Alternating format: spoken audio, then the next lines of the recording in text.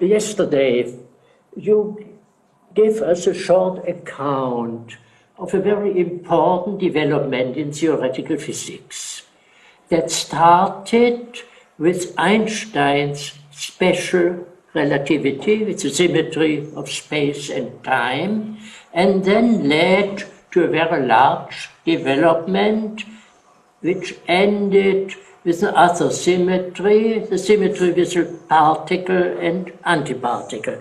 That was the main subject, and the key word was symmetry. Yes, that is so. I wanted to emphasize that Einstein was the first to realize the importance of symmetry. Lorentz had worked out the mathematics of the transformations. The transformations are called Lorentz transformations, but Lorentz did not realize the symmetry which was implied by these transformations. He thought that there was one frame of reference which was the good frame, the physical frame, and that other frames of reference were just mathematical fictions. I remember the words. He introduced local time as a concept, but he said local time different from the real time. Yes. There he has emphasized that there is one real absolute system, the ether. And there he was quite wrong. Yes. And it took him a long time, I believe until 1909, before he accepted the Einstein view. Yes, he gave a lecture in Göttingen in 1909 or 10. And he said that perhaps we must give up the concept of equal time, of the absolute equal time, but he, I can say in German, ich würde es ungern aufgeben. Yes. Einstein started off with a different point of view, and he showed how he was an independent thinker. And with the word symmetry, in this connection, you mean symmetry between time and space? Correct, yes. What symmetry was in the center of the theory has changed in time.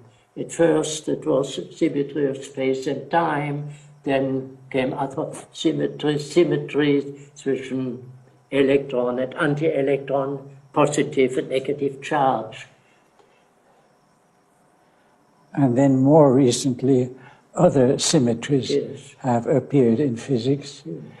A symmetry between proton and neutron. Yes. And this is only an approximate symmetry, what physicists call a broken symmetry. Yes, but if we, I would ask you something for the former symmetry. In your work, that symmetry, space-time, showed it is important if you constructed your, what we call Dirac equation of the electron. In the days before, physicists preferred the so-called Schrödinger-Klein-Gordon equation, but this equation has the time in a second derivative. Yes. And that was not acceptable for you. You have, before you had constructed what we call transformation theory, and there you needed the concept of probability and the first derivative. That is correct, yes, yes. And that forced me into a different kind of equation, and this different equation brings in the spin of the electron. it was very unexpected to me to see the spin appearing in this way. A spin, that means a moment of momentum and magnetic moment, both together. They both come together. Yes.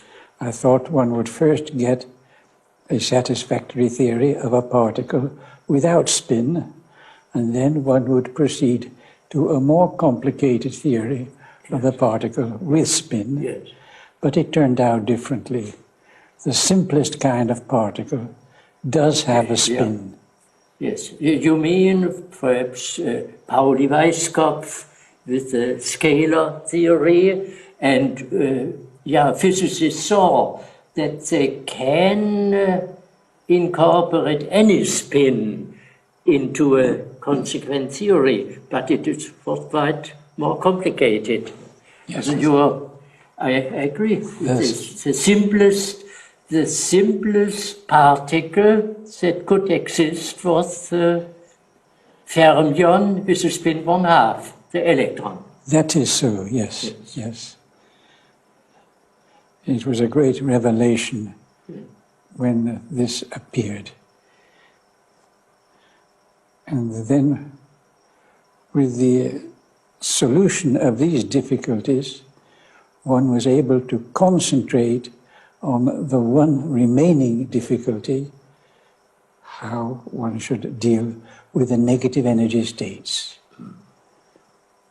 And it took quite a while, perhaps a year, to understand that, and to bring in the concept of a vacuum in which all the negative energy states are occupied.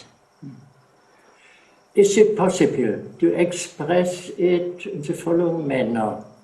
In this theory of the electron, let me say the Dirac theory, you can treat pairs of particles, positrons, electrons, in the form of a one-particle theory. But if you have a scalar spin, scalar particles, or a Pauli-Weisskopf theory, you can treat pairs, matter and only in the form of a many-body theory. Yes, yes, that is so, yes. Now, should we speak a little about general relativity? Yes. General relativity was considered by Einstein as his most important discovery.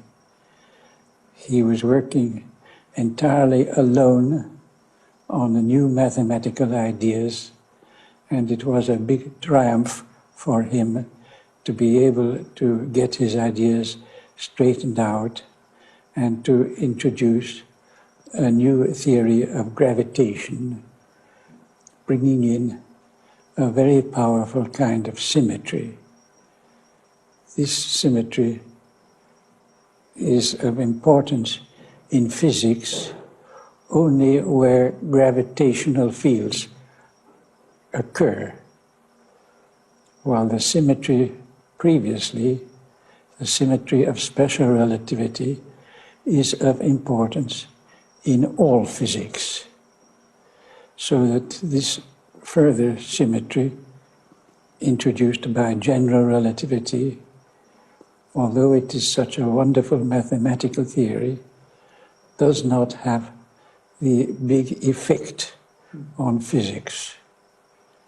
And I might say that my recent work has been very much concerned with Einstein's general relativity.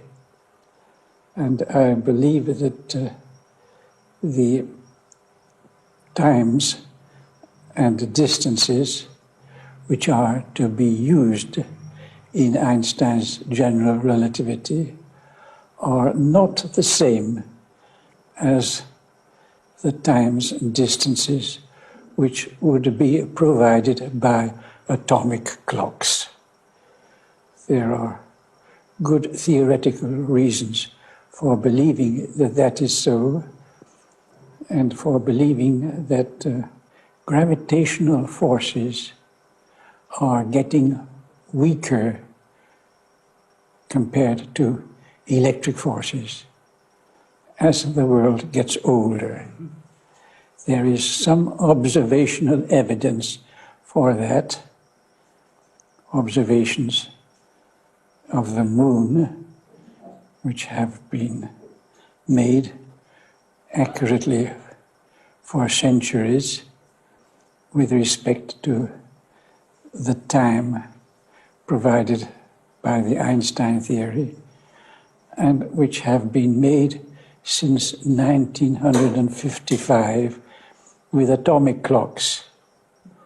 And there is some evidence of a difference between the two times.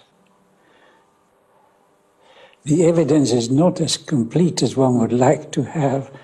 People are still working on the subject, in particular with the Viking lander, which was put onto Mars in 1976.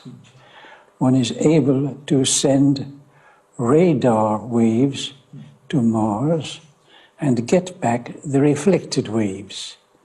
And then one can measure in atomic time how long it takes these waves to go to Mars and to come back. The results that one gets are unfortunately very complicated because there are many disturbances. There are disturbances caused even by meteors. There are many more meteors passing close to Mars than there are passing close by the Earth. And these disturbances all have to be taken into account. Well, people are still working on this subject, and I hope that they will get a definite answer pretty soon about the question of whether there are these two times, the Einstein time and the atomic time, with a difference between them. Yeah, what is a natural clock then? Well, today, physicists used to say the vibration of a molecule or an atom is a natural clock, and the extension of an undisturbed crystal is a natural length. What would be the natural time and natural length then? Those are the atomic times, the atomic lengths, and that is the best way to define these quantities. But it may be that quantities defined in this way are not the ones to be used in the Einstein theory for astronomical observations. Should we say Einstein theory then must be changed or completed, or can it remain with another interpretation? Well, the equations remain, but they are to be applied differently. Yes, but in Einstein's equations, gravitation constant is assumed to be constant. Yes. And in these modern developments, it is not. Well, whether the gravitational constant really is a constant or not will depend on what units you use, because it's a matter of interpretation. Yes, yes. There is no suggestion that Einstein is wrong, but just on how his equations are to be used. Yes. Einstein's theory has turned out to be a wonderful theory, so successful in all its applications. But there is this question of the interpretation, which is not yet settled. But now then it can happen that Einstein's general relativistic theory becomes more important, nearly so general as the special. It is not so important it depends. Yes, of course, it had only to do with cosmology and gravitation. Yes. But perhaps gravitation one day will be connected with the other forces. weak forces, strong forces, electromagnetic forces. That is possible, but that lies far ahead. Yes, the factor 10 to the minus 14th is very little. I think you was the first who laid the attention to these extreme constants. Yes. 10 to the minus 4th, 10 to the minus 80th. Yes, yes. But we have no certain results. The question is open. There is some evidence from the observations of the moon. Yeah. But one would like to have some confirmation coming from the radar observations from Mars. Yes. Yes, but can we say that quantum mechanics also had a great consequence? The whole theory of matter, the whole theory of the properties of matter, chemistry, and so on is a consequence of quantum mechanics. In the atom, the motion of the electron is slower than that of light. Yes. And the chief features of quantum mechanics are non-relativistic. That I would agree. And I think that the correct connection between quantum theory and relativity has not yet been discovered. Yes, yes. Can I ask you something of the modern development? Now we hope that perhaps in a short time we get a unified theory of the particles. Now we make differences between strong interaction, electromagnetic interaction, weak interaction, gravitation, these four. What are your hopes? I think that the present methods which theoretical physicists are using are not the correct methods. They use what they call a renormalization technique, which involves handling infinite quantities. And this is not really mathematically a logical process. I would say that it is just a set of working rules rather than a correct mathematical theory, and I don't like this whole development at all. I think that some other important discoveries will have to be made before these questions are put into order. In particular, there is the problem of explaining the fine structure constant, the number 137, which plays an important role in physics. And the question is, why should it be 137 instead of some other number? That has not been explained at all, and I feel that it is necessary to get an explanation of that before one will make an important advance in understanding atomic theory. The fine structure constant is one of them. Also the relation between weak and strong interaction. For strong interaction, perhaps you can say the constant is nearly 1. Yes, it's really yes. perhaps 1. Then the mass, the proportion of the masses, electron mass, proton, neutron mass. I think that's the other problem.